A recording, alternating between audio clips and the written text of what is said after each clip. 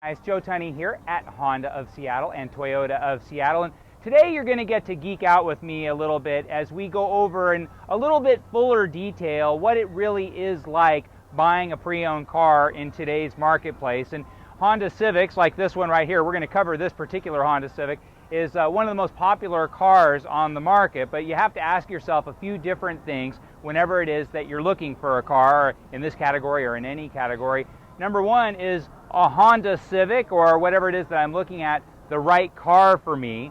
Number two, how do I know what's a good example of a particular Honda Civic? And number three, after I find that it's the right car for me and I find the perfect one, how do I not get screwed up after that? And so those are three essential steps, because you can either buy a car that's wrong for you, you can buy the wrong version of that car, or you can get the wrong kind of deal. And all of those three things are really bad things, and I'm going to hopefully help you to avoid those pitfalls. Now, the Honda Civic is one of the most popular pre-owned cars going back decades, and that's because it has two major things going for it: incredible quality and incredible resale value. Both of those are huge to your finances. Incredible quality, because you don't want a car that breaks down all the time and costs you a bunch of money. If it costs you a bunch of money, that means you're at work all day long for nothing, just buying stuff for your car because your car won't stay running. If you get a bad deal on a car, and you get a car that you buy for here and it's only worth this down the road, or even if you get a good deal on a car with terrible resale value, then that space, again, that's just wasted money, money that you worked your butt off trying to earn, and you kind of gave it away for nothing. And if you know a few critical steps along the way, you can save yourself a lot of money, buy an awesome pre-owned car, get the right deal, a fair deal, and then enjoy something that's very high quality and won't cost you a bunch of money. Even when it comes time to sell it, the depreciation should be pretty modest. The smartest way to go is to buy a pre-owned car that's a couple of years old. It's taken the lion's share of the depreciation, yet it has all the newest technology, all the newest advances, and many times is under some kind of factory warranty or certified warranty. This is a 2013 Honda Civic. This body style came out in 2012, and it's the same body style today. You'll hear people say all the time that the 2012 is a one-year body style.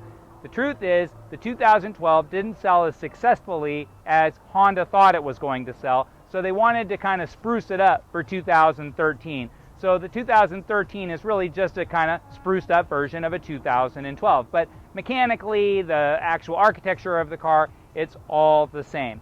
Now, this particular car is around $15,000, it says right here, literally, it's $15,627. That's on the higher end of the Civic spectrum because this is an EX model. $12,000 buys you kind of maybe a slightly junky 2012. $17,000 buys you like an EX with leather. I mean, that's a 2013, 2014. So the space between kind of the cheapest one and the most expensive one on the pre-owned market is relatively small. So don't be penny wise, pound foolish and save a couple of bucks and get a bad car when you can spend a tiny bit more and not only get a much better car, but at a car that'll cost you a lot less to own over the long term. I'm going to pop the hood. We're going to start there. Now, this Honda Civic, all Honda Civics of this generation, they have 140 horsepower and 128 pound-feet of torque. Just to give you an idea of what those two things mean, horsepower is once the car's up and running, it gives it more top speed. Torque is once the car is just getting going, that 0 to 60 time, that low-end performance, and so that's torque. I'm going to give you some advice though. Don't worry too much about horsepower and torque figures on any of the economy cars that you're looking at. There's great cars to choose from in this category. There's the Ford Focus, there's the Mazda 3, there's the Chevy Cobalt. There's a wide variety of cars that we sell in this very building. The Honda Fit, the Toyota Corolla, pretty much every single car from Scion. They're all kind of in this same category, and so all of them are really good choices. And so then once you decide which one works best for you and your situation, now we can focus on getting the right version of that car. Now, the first thing that I do whenever I take your car in on trade, if you were trading in this 2013 Civic right here today, I would walk up to the car, and believe it or not, I would feel the curve in the hood right at the back end of the hood where the hood comes up to the windshield. That's the single most important thing that you can do on a car. Seems silly. It's like, well, shouldn't I check the Carfax first, or shouldn't I look at Kelley Blue Book? It seems like those would be the most important things. Feeling this curve tells you about 80% of what you need to know about a car. The reason is when a car is at the factory, they paint it without an engine being in the car, or a dashboard, or a windshield, or anything like that. So the exact same amount of paint can go all the way around the arc. Once a car's already been built, you can't disassemble it to repaint it. So if it's been in an accident, you paint it from the top going down, and the paint can't go all the way underneath this arc. So there's a definitive paint line, some choppiness, some rough edges, something along those lines. You show me a car with some choppiness and rough edges, I'll show you a car that's been in an accident. Since I earn my living buying and selling these cars, I can't rely on things like Carfax since they make so many mistakes. Honestly, you can afford it less than I can. This is your hard-earned money that you're talking about. Why would you want to throw it away because the Carfax says it's okay, but the car is actually a hunk of junk?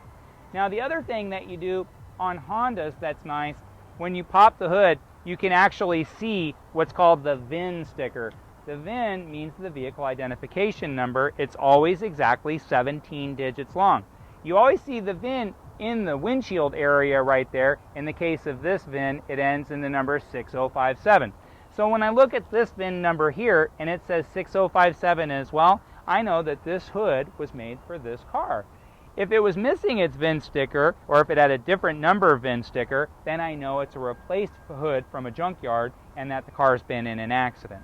The other thing is, always on all cars, it doesn't matter if you're buying a Bentley, a Honda, or any other brand, it's always shiny on the outside, it's always dull on the inside. The reason is because the last thing they do after they've really put the car together is they put clear coat on the car. So there's lots of clear coat on the outside, but no clear coat on the inside. It would just burn off to much extent anyway on the interior of the engine, but they just don't go through the trouble of clear coating interiors of engine bays. Nobody does. So whenever it's shiny on the outside and dull on the inside, that's good. Whenever it's shiny on the outside and shiny on the inside, that's bad. The reason is that you cannot mimic this kind of paint at a paint shop. You just have to take the fender off and paint the whole thing, so it'll all be the same shade. So you'll see one rail that looks really shiny and one rail that looks dull, and that's a dead giveaway that the shiny one, that's the side where the accident was. The other thing that you're looking for is these screws. Because the screws on the fenders and on the hood, they don't have any clear coat on them, there's very little paint overall, and they scratch very easily. If you see that the edges are all chewed up on these, that means it's been turned by a wrench. If it's been turned by a wrench, then you know that panel's been off the car. There's only one reason a panel comes off the car, and that's because the car's been in an accident. So using Carfax is good. I mean, it's certainly never a bad thing to know more about a car. It's just Carfax is wrong like all of the time. And again, we're not talking about theoretical things. We're talking about your hard-earned money that you worked hard for. Why would you give it away? So 140 horsepower, 128 pound-feet of torque. Every single car in this category is going to have very, very similar numbers to that. The other thing is that the gas mileage. This car gets 28 miles per gallon in the city. It gets 39 miles per gallon on the freeway. Average 32 miles per gallon. Strangely, it actually gets worse gas mileage with a stick shift than it gets with the automatic. That's kind of the trend actually in the car business. Manufacturers as a rule are pretty much phasing out manual transmissions as it is. For example, Ferrari doesn't even come in manual transmissions anymore. It just doesn't work that way. Something that sports car racers always think, God, you got to get the manual transmission option. The manufacturers don't feel that way anymore. They just figure automatics are where it's at. Two things that everybody overlooks whenever they're looking at a car. They say, well, yours is $15,600. I found one for $15,000. It's got the same miles. Everything's the same, so it's a better deal. Okay. The first thing that you need to check, these tires look like they're brand new. How are the tires looking on the car that you're competing this one against? If they're balding or if they're near time for replacement, well, what's a set of rubber cost? $800 installed with valve stems and everything else. And so now suddenly that car's more than this car. Now, when you took the wheels off and inspected the brakes, how did that work? Well, obviously, like 0.0% of customers ask us to take the wheels off the car and inspect the brakes. They just don't think about it. They don't talk about this stuff on the internet. How much does it cost to replace brakes and rotors on a car? $100 to replace that stuff. And it's something that nobody ever asks. Again, I'm not talking about hypotheticals and theoreticals. I'm talking about your money. Make sure the tires and the brakes are where they need to be. Inside, the Civic is a great car, and there are some changes between the 2012 and the 2013. Nice dashboard on these Civics. All the Civics have the same dashboard where it's kind of that two-tiered look, so it's very modern. I know every brand has something going for it, but this has kind of that cockpit jet fighter feel. Where this fits in the marketplace is very much like a cross between a Mazda 3 and a Toyota Corolla. Mazda 3 kind of has that perceived zippiness that the, their zoom thing that they do. The Mazda 3s are not faster than any other car. They're all literally about exactly the same. It's just that's their marketing gimmick, and so people kind of get it into their head that the Mazda's a little bit sportier. But the personality of the Mazda is a little buzzier, it is a little louder, it is a little more visceral, you kind of feel it in your joints and in your bones.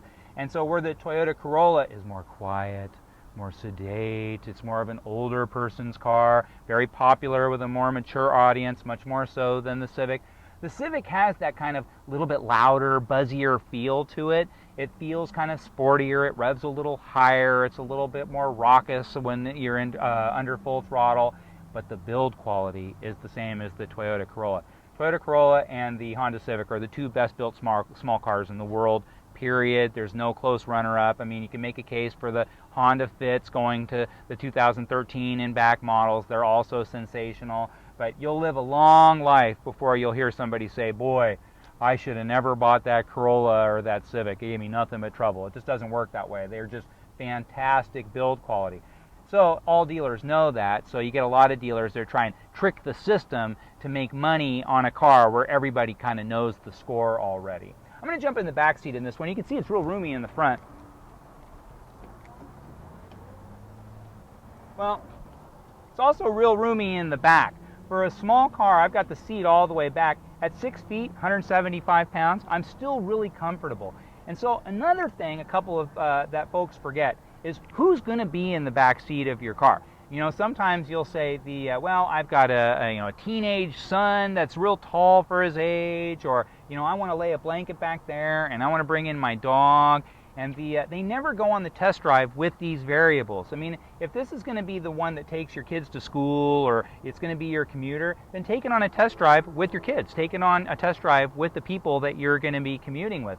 The absolute sin that people commit all the time is when they think that they're going to have a baby and they don't bring in a baby seat, or if they already have a baby and they don't bring in a baby seat, because the way that doors open, the way that you have to reach into the car is different on every single car. And I'll tell you, a whole lot of moms out there that regret the car that they bought because the way that the seating configuration in a particular car works, they end up having to bend over to pick up the baby seat and get it out, and they just break their back every single time, and they don't include the test drive as a part of their lifestyle. They drive it in the way the dealer wants them to drive it, and not in the way that they drive it every single day.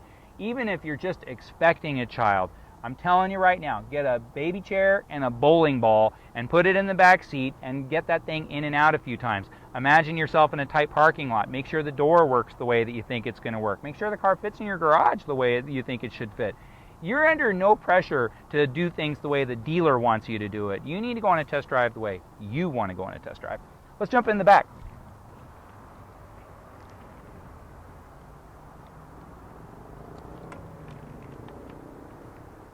Let's jump in front and open it up from there.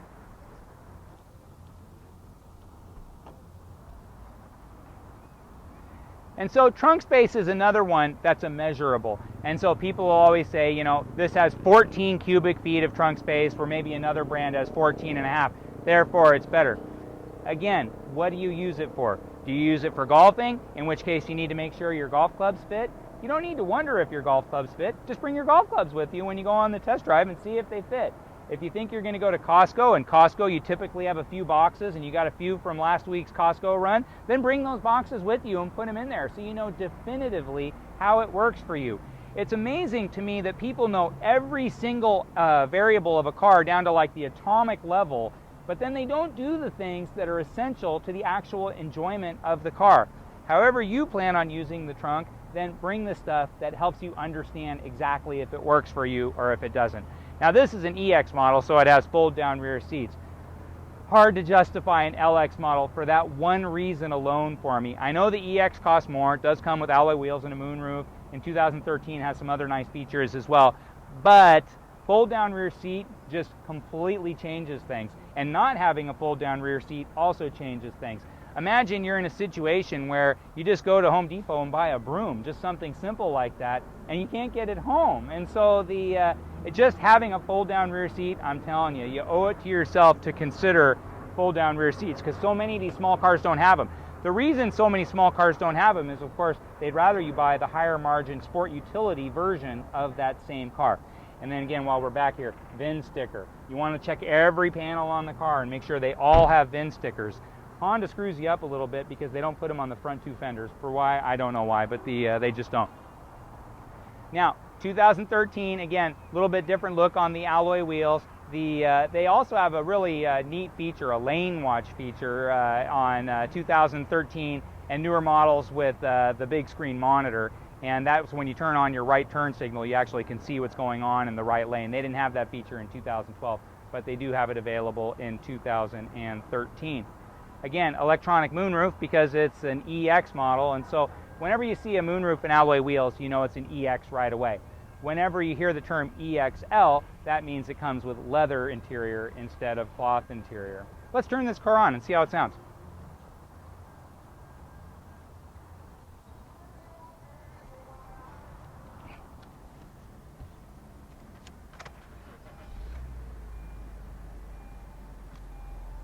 Give it a little bit of gas.